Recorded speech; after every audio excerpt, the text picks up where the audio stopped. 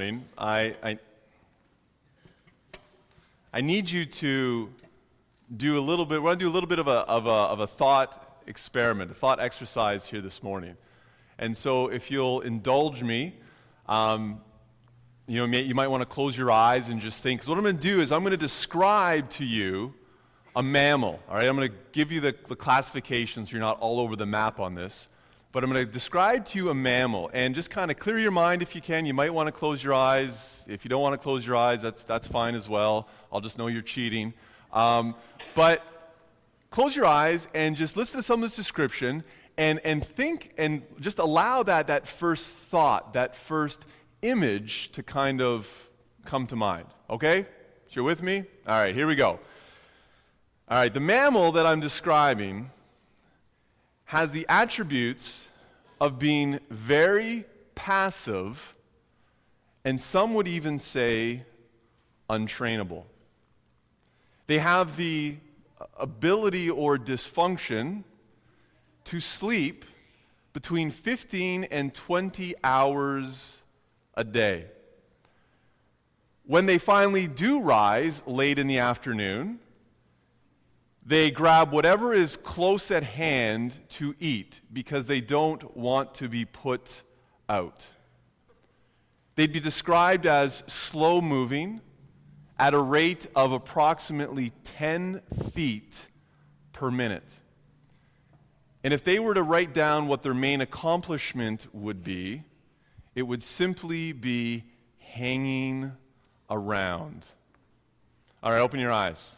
I'm not going to ask you what you said, but I really hope a family member didn't come to mind. It could describe some people. It could have described probably my university years. I mean, that was me on a Saturday morning. Really, no, what I'm describing is the beautiful, lovely mammal, the sloth.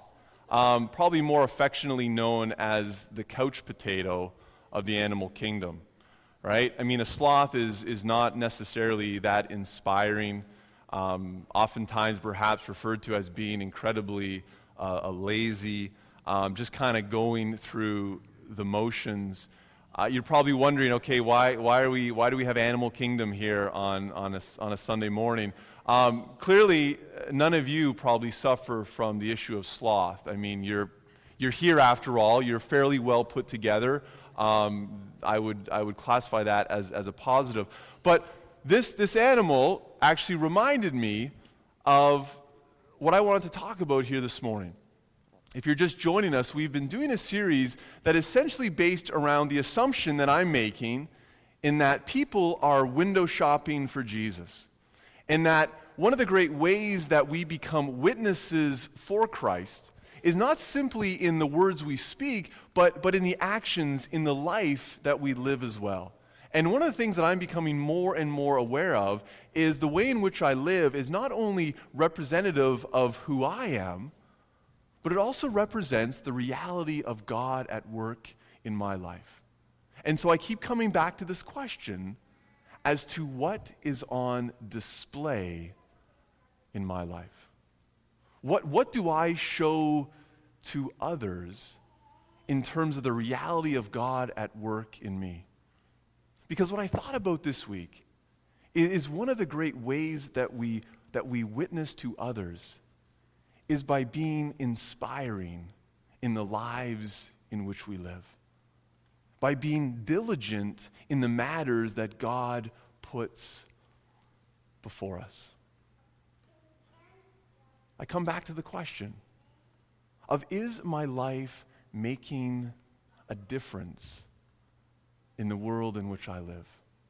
Because I think sometimes there's this temptation that we think that when we enter into a relationship with God, when we receive Jesus as our Savior, then suddenly we get into this waiting game of thinking, okay, well, what happens next? You know, I've kind of punched my ticket to heaven, and now I got to figure out what happens between that period of time. And nowhere in the Bible do we see that reality. That what God desires is that when we enter into a relationship with Him, we don't just kind of go through the motions, but rather we begin to see how we can partner with Him in making a difference in the communities in which we live. And so this morning I want to focus on what I believe is one of the key virtues that begins to make that hope a greater reality.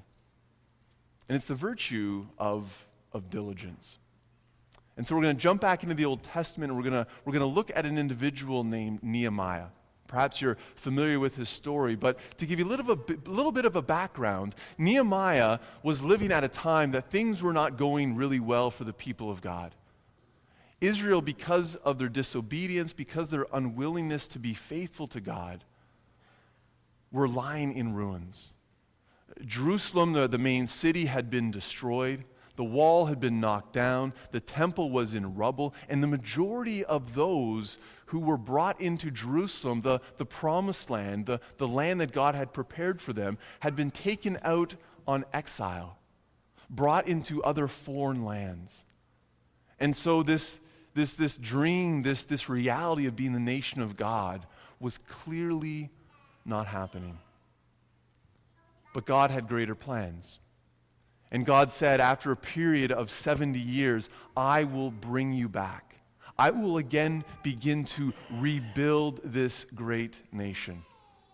And that was starting to happen. The temple was beginning to be rebuilt. And now Nehemiah was getting word. Nehemiah was off in exile, living in the king's palace. And he received this message where he was left with the choice of what? What will I do?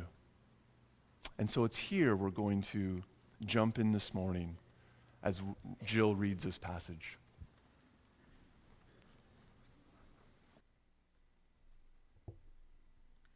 Our reading this morning is from Nehemiah chapter 1, verses 1 to 11, and it's on page 430 in your Pew Bible. Hear the word of the Lord. This is Nehemiah's prayer. The words of Nehemiah, son of Hakaliah, in the month of Kislev in the 20th year, while I was in the citadel of Susa, Hanani, one of my brothers, came from Judah with some of their men, and I questioned them about the Jewish remnant that had survived the exile and also about Jerusalem. They said to me, "Those who survived the exile and are back in the province are in great trouble and disgrace. The wall of Jerusalem is broken down, and its gates have been burned with fire." When I heard these things, I sat down and wept. For some days I mourned and fasted and prayed before God of heaven. Then I said, "Lord, the God of heaven, the great and awesome God who keeps his covenant of love with those who love him and keep his commandments, let your ear be attentive and your eyes open to hear the prayer your servant is praying before you day and night for your servants, the people of Israel. I confess the sins we Israelites, including myself and my father's family, have committed against you. We have acted very wickedly toward you. We have not obeyed the commands, decrees, and laws you gave your servant Moses. Remember the instruction you gave your servant Moses, saying, 'If you are unfaithful, I will scatter you among the nations. But if you return to me and obey my commands, then even if your exiled people are at the farthest horizon, I will gather them from there and bring them to the place I have chosen as a dwelling for my name. They are your servants and your people, whom you redeemed by your great strength and your mighty hand. Lord, let your ear be attentive to the prayer of this your servant and to the prayer of your servants who delight in revering your name. Give your servant success today by granting him favor in the presence of this man." I was cupbearer to the king. The word of the Lord.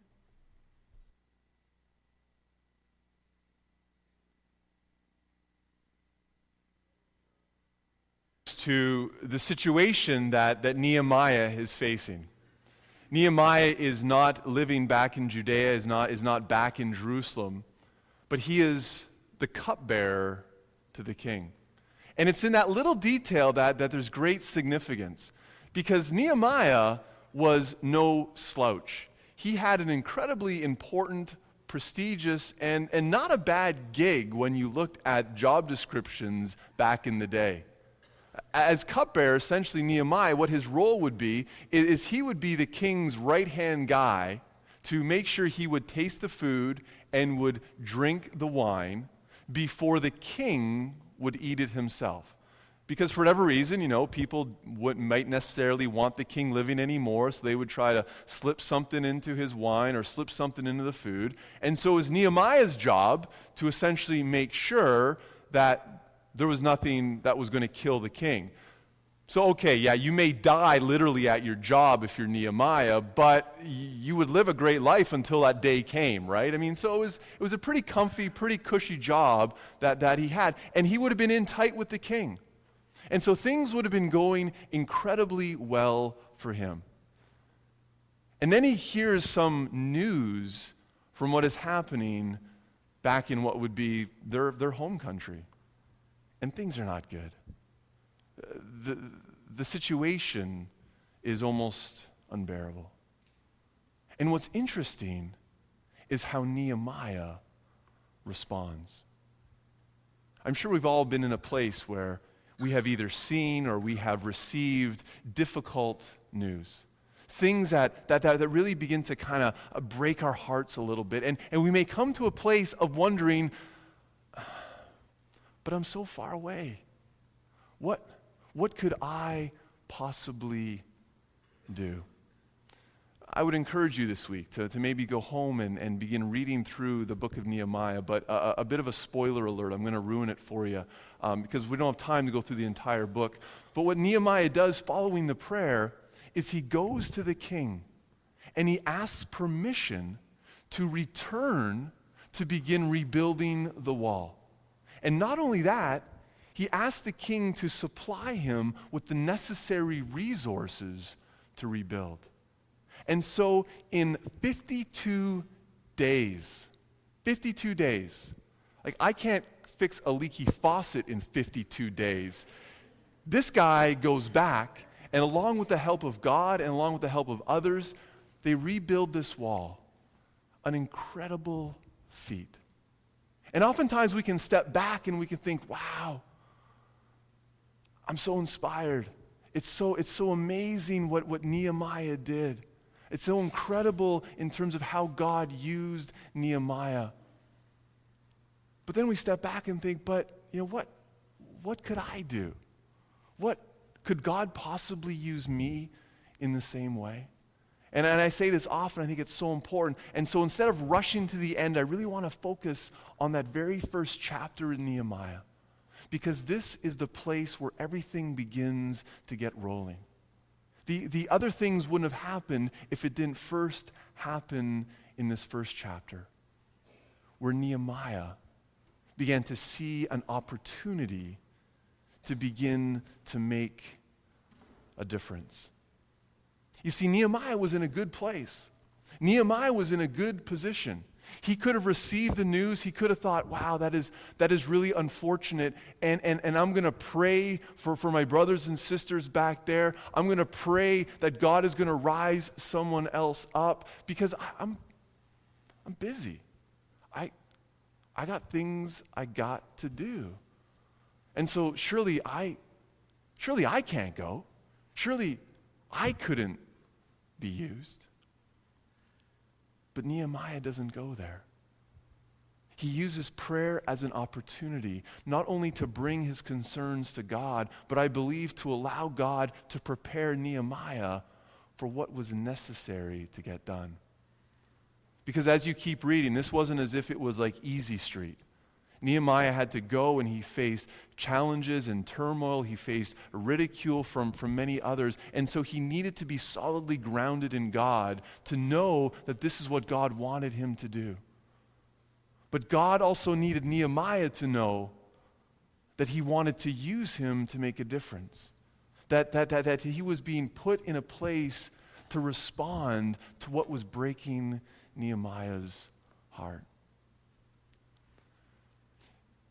As I think back to our furry, fuzzy, lazy, tropical mammal, the sloth, I realize that when we think of that reality, when we think of one of the great things that prevents us from being used by God, from being more diligent and acting upon good intentions, I believe it's actually the temptation of sloth.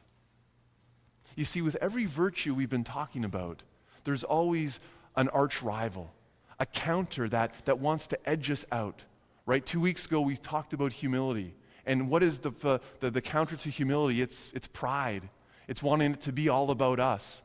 So we try to make it not about us, and then we're thinking more about us, and cursed pride slips in again. Last week, we talked about the difference between patience and wrath. Like, how do we respond to frustrating and angering situations? By being destructive ourselves, or by taking a step back and being patient? And I think the very same thing is true when we think of diligence. When we think of those opportunities to be used by God, right there is this reality of sloth. Now, I'll be honest with you. Sloth is oftentimes not something we talk a lot about. People may be more willing to admit issues of pride or of lack of self-control. But sloth, it just doesn't roll off the tongue very nice.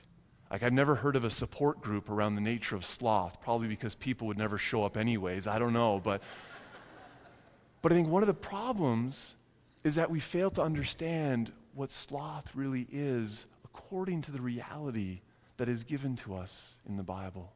You see, sloth is so much more than just laziness.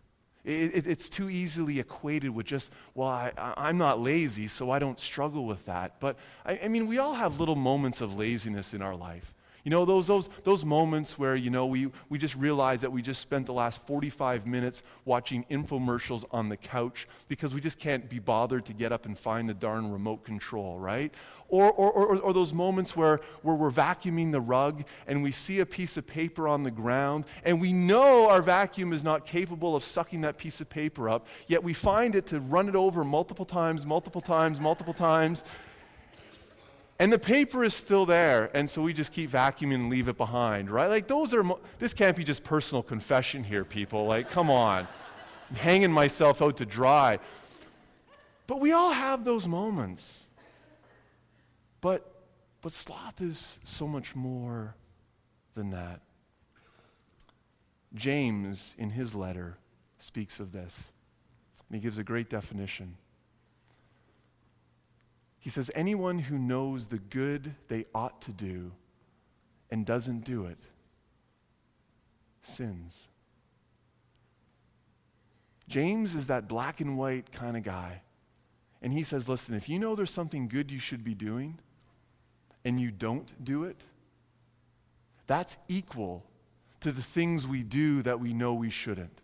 Right? I think too often we view sin, or we view the things that displease God, as being those acts that we've committed that we really know we shouldn't have, right? So many of the other realities that we'll be talking about through this series deal with the acts that we commit, right? When we think of self-control, right? We overindulge in something, and we think, oh, I wish I didn't do that. We know that's not right. Or we think of areas of lust. I mean, it's easy to know that an act of adultery is something we commit, and that's not right to do. And so often we may focus simply upon the acts that we committed that we knew we shouldn't. Yet what about those things that God is calling us to, and we fail to respond positively towards?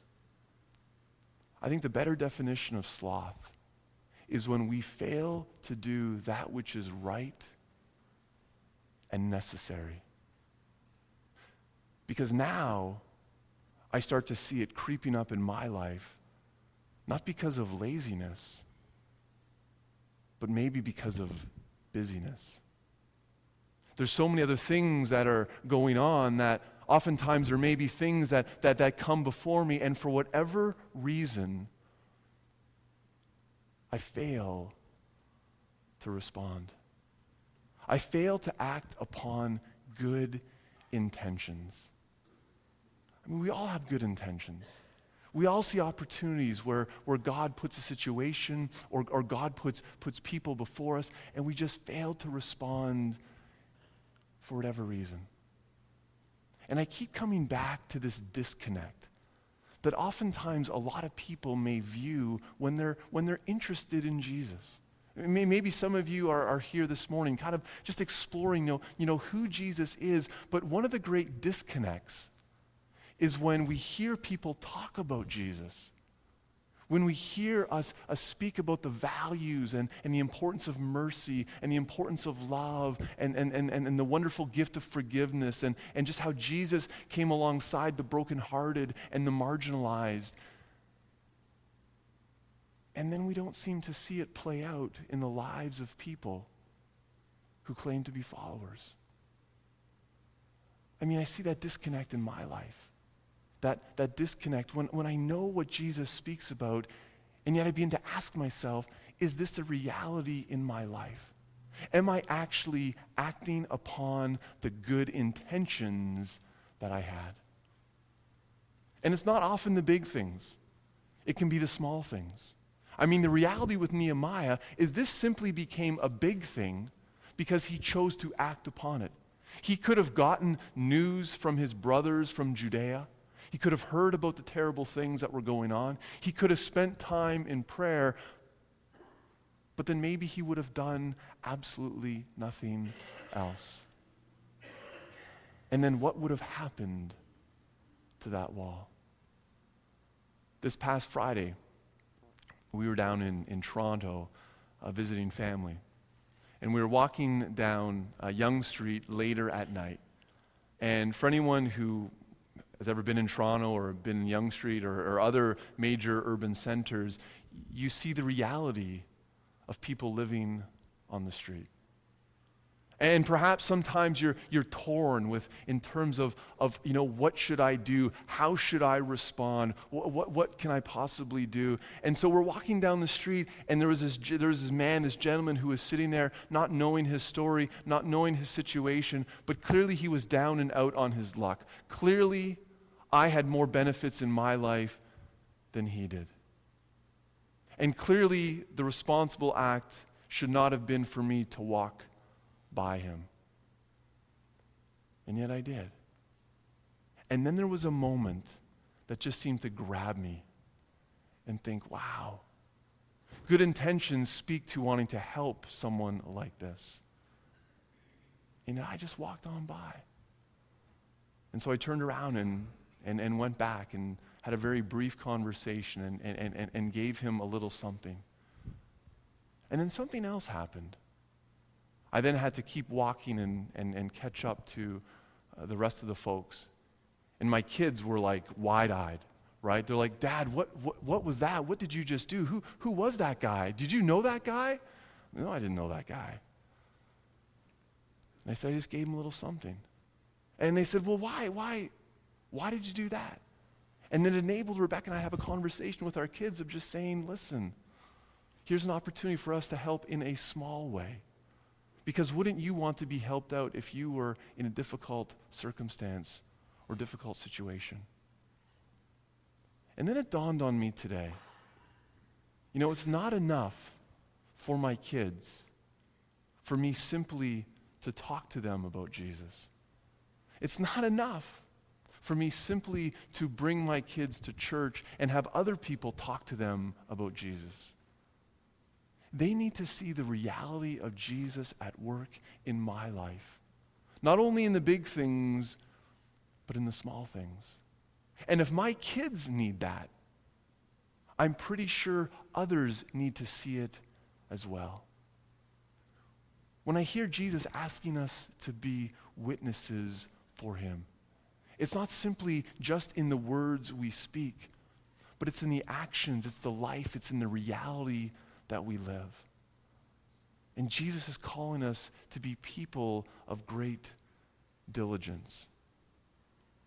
And so as I think of Nehemiah, as I think of these opportunities where circumstances or situations may come into my life, not only do I begin to pray about them, asking God to step in, asking God to bring comfort, but I ask God this: what do you want me to do?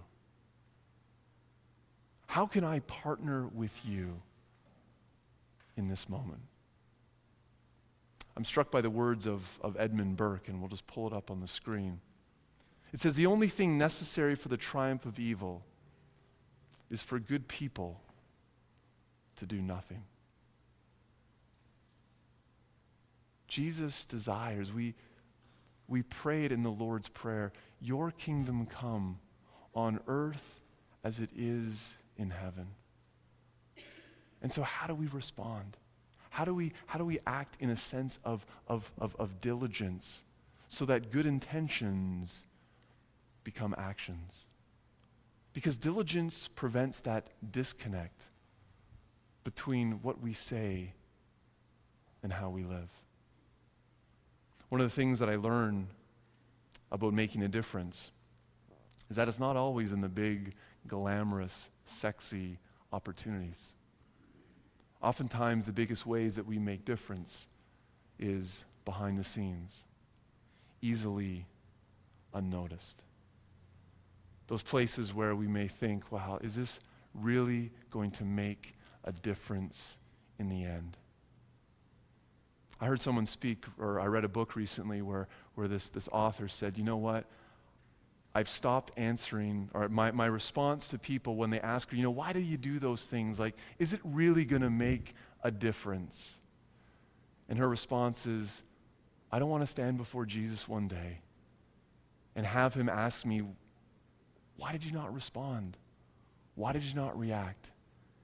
And for my explanation to be, I didn't really think it was going to make a difference. As you read through Scripture, you start to see that oftentimes it's in the small things that make such an incredible impact, that begin to propel us down the path that perhaps has a greater impact and influence upon others. As I think of the virtue of diligence, because one of the things that I'm learning more and more and more, that these virtues are revealed to us through Jesus. I think of when Jesus was in the Garden of Gethsemane. When Jesus was in this incredible intimate conversation with the Father. None of his followers, none of his disciples were close by. And Jesus prays, Father, if there's any way that you can take this cup from me, please do. I think that was a struggle of diligence. Because Jesus is our Savior, not simply because he talked about the cross, but because he went to the cross. Because he was willing to take the necessary step to pray that incredible prayer that says, Father, not my will, but yours be done. I'm sure for Nehemiah, he would have wrestled with that issue. Wrestled with that reality of am I going to uproot? Am I going to leave? Am I going to go and put myself at risk? But God called him to respond.